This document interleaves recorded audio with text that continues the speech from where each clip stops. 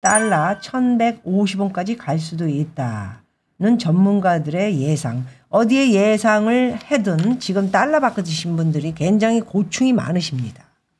네. 환율에 대한 착시 현상.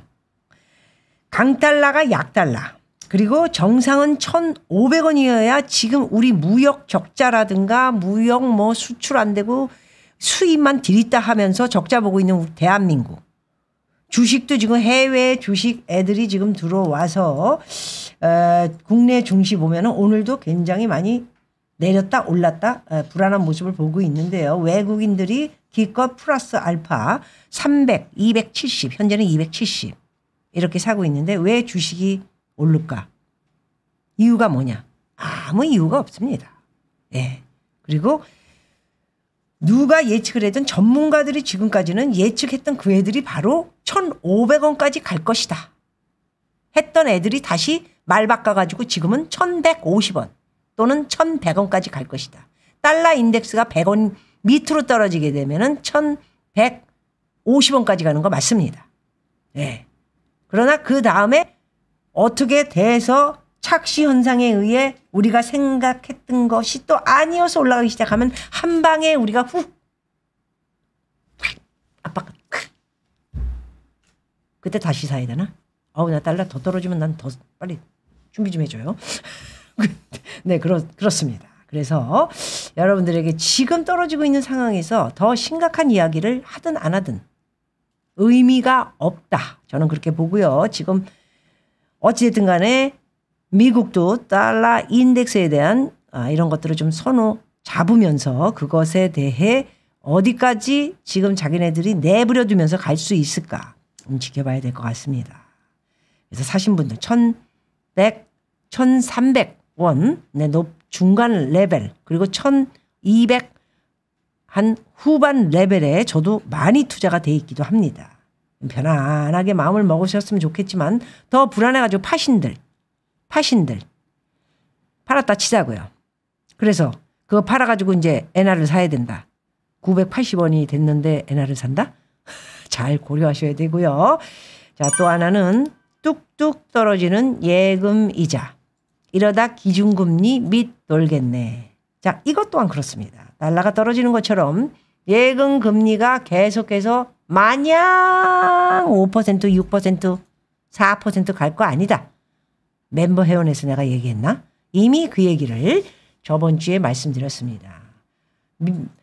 한국에 예금으로 넣어놓는 돈도 금리 이자가 뚝뚝뚝 뚜루뚝뚝 뚝뚝뚝 이렇게 떨어질 수 있으니까 그 돈을 어떻게 투자 방법으로 가져갈 것인가에 대해서 고민해 볼 시기가 올 것이다.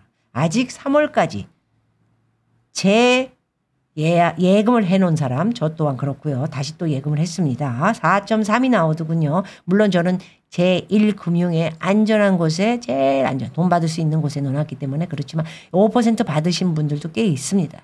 그렇기 때문에 또 채권에다가 집어넣고 5%대에 넣어놓고 또 기다리고 1년이죠. 기다리시는 분들도 계시고요. 이 투자가 쉽지가 않아요. 투자가 쉽지가 않아. 그러면 예금 금리도 이제 3, 4개월 후부터는 3%로 떨어지고 조금 있으면 2%? 물론 우리가 예금 금리가 제로일 때도 있었지만은 불과 몇 년 전만 해도 10억을 집어넣으면은 아이씨 뭐 하는 거야? 욕이 나오려고 그러네. 아니 뭐야 이거 1년에 10만 원? 그러니까 제로인 거예요. 제로. 그런 시기가 있었던 거를 기억을 못 하는 거예요. 이게 투자의 방법론에 대한 거는 여러분들이 알아서 잘 아시는데 지금 돈을 바꿔가지고 예금에 논들 지금 3% 후반을 받으셔야 되는 그렇게 금리도 많이 떨어지고 예. 마냥 우리가 이 1997년 네? 외환 위기를 생각했을 때 잠깐 6개월에서 1년 사이에 무슨 일이 벌어졌습니까? 예? 달러는 2009까지 풍 하고 올라갔다가 다시 풍 하고 떨어지는데 6개월 걸렸죠. 1,500원까지. 그리고 1,500원에서 다시 내려가는데 1년 딱 걸렸습니다. 투자가 그렇다고요. 예? 뭘 두려울 게 있습니까? 예? 그러면 높은 값에서 사가지고 더 떨어지는 거에 대한 손해는 어떻게 합니까? 달러는 한 번 정도 더 우리에게 기회를 주지 않겠느냐 이런 생각을 여러분들이 못하고 계시기 때문에 좀 기다려 보시라 이런 얘기를 했는데 어쨌든 전문가들은 지금 예측 그렇습니다. 1,500원 라인에서 이제 그들이 다시 1,150원까지 라인을 쳤습니다. 그래서 여러 가지 각도에서 그렇다면 지금 정리를 해야 되냐 말아야 되나 그런 기로에 대해서는 저는 팔 내용이 없고 오히려 거꾸로 더 사야 되는 사람이라 여러분들에게 말씀드리기 좀 곤란하다라는 말씀 드리고요. 어차피 손해를 보고 판다면은 파는 것이 나에게 더 낫나 아니면은 이것이 다시 오를 수 있는 거에 대한 예측을 하게 되면은 금리 그다음에 기름값 그리고 예측에 대한 우크라이나와 러시아에 대한 이게 휴전이 되냐 마냐 좀 오래 간다 그랬죠. 그런 거 그리고 인플레이션 그렇지 않습니까? 이게 해답인 거예요. 여러분들에게 해답을 줘봤자 뭘 어떻게 해야 되는데 떡하니 하나만 질러놓고는 1,150원 간다. 100 밑으로 간다. 그 얘기 아닙니까? 100 밑으로 가는데 마냥 내려가기만 합니까?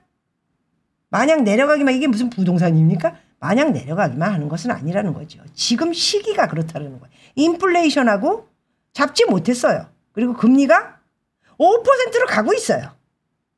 요거를 감안해서 약장사 같지? 감안해서 예측을 하고 공부를 하면서 그렇다면은 이거는 그렇게 급하게 생각할 일은 아니다. 어떤 거? 자산 운용 중에 안전 자산 운용 중에 뭐 엔화도 요즘은 좀 들어가지 않습니까? 사람들이 바보라 엔화를 그렇게 몇십 조를 사놓고 킵해놓고 있는 거 아니에요. 돈 벌려고 은행에다가 집어넣고 있는 거 아닙니까? 1,000원 이상으로 갈 거다. 이런 예측들을 하기 때문에 뭐 더 내려가봤자 930원대에 산 사람들은 뭐 더 내려가겠어. 일본이 망하기 전에는 일본이 망하는 것도 아니고 이렇게 계산을 하고 그냥 집어넣고 1,000원 넘어가겠지 언젠가는 그렇게 생각하는 건데 달러는 어찌됐든 간에 달러 인덱스가 100 밑으로 이렇게 떨어지는 거에 대한 예측들을 걔네들은 통계로 봤을 때 그렇게 되면 1,150원까지도 갈 수 있다. 달러가 그렇게 간다면 그럴 수도 있습니다. 여러 가지 각도에서 봤을 때 아까 말한 것들처럼 한 가지만 보시면 안 되고 인플레이션 금리 인상 그리고 뭐 소비자 물가라든가 아니면 서비스 물가라든가 고용 물가라든가 이런 것들에 대한 통계가 왔을 때 이거는 조금 더 이상의 석유 문제도 그렇고 기름 문제도 그렇습니다. 계속 무슨 뭐 70 몇 불까지 가지만 60불 50불 옛날처럼 미국의 기름값이 2불로 돌아간다. 이거 좀 힘든 일이죠. 그래서 그런 것들을 여러 각도로 추측을 하고 예측을 하면서 견딜 수 있으면 아니다. 이게 지금 뭐 1월인데 이런 일이 벌어진 게 몇 개월입니다. 11월, 12월 1 동안에 이루어진 3개월도 안 된 사이에 이루어진 일에 대해서 그렇게 공부를 하지 않고 예측도 하지 못하면서 그냥 결정을 한다면 손해나는 것은 본인들이 알아서 각자 도생하시기 바라겠습니다. 공부를 잘하셔야 돼요. 잘하셔야 돼요. 누가 예측하는 것만 듣고 팔랑귀가 내가 항상 똑같아야 돼요. 왜? 그런데 인플레이션이 굉장히 막 4% 뭐 3% 잡히고 금리는 피벗이 되면서 금리 인하가 된다. 이런 조짐들이 나오면 주식이 막 주식도 문제예요. 주식도 그렇게 되면 벌써 3, 4개월 전부터 좀 분위기 타면서 올라가고 있지 않습니까? 근데 그게 올라가는 게 계속 올라갈까요? 어쨌든 더 1,100, 1,200원 라인 밑으로 떨어지면 큰일 난다.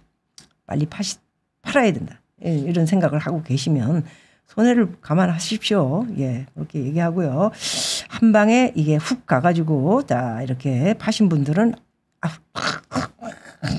이렇게 고민을 할 수도 있고요. 아니면 잘 팔았다. 속 시원하다. 이럴 수도 있습니다. 각자 도생하시고요. 공부를 충분히 하신 분들이 결정은 본인이 각자 하셔야 된다. 이런 말씀을 드리겠습니다. 힘들다. 말을 이렇게 비틀어서 얘기하려니까 왜냐하면 저도 좀 조심을 해야 돼가지고 조심을 해야지 그냥 막 난리들을 치니까 이렇게 비틀어서 이렇게 해야 되고요. 1,200원 밑으로 가면 달러 50만 불 차이죠. 저는 죄송합니다. 아니 달러가 좀 1,150원 되면은 있는 돈 다 있는 돈 펀드에 넣으면 다 바꿔요. 다 바꿔.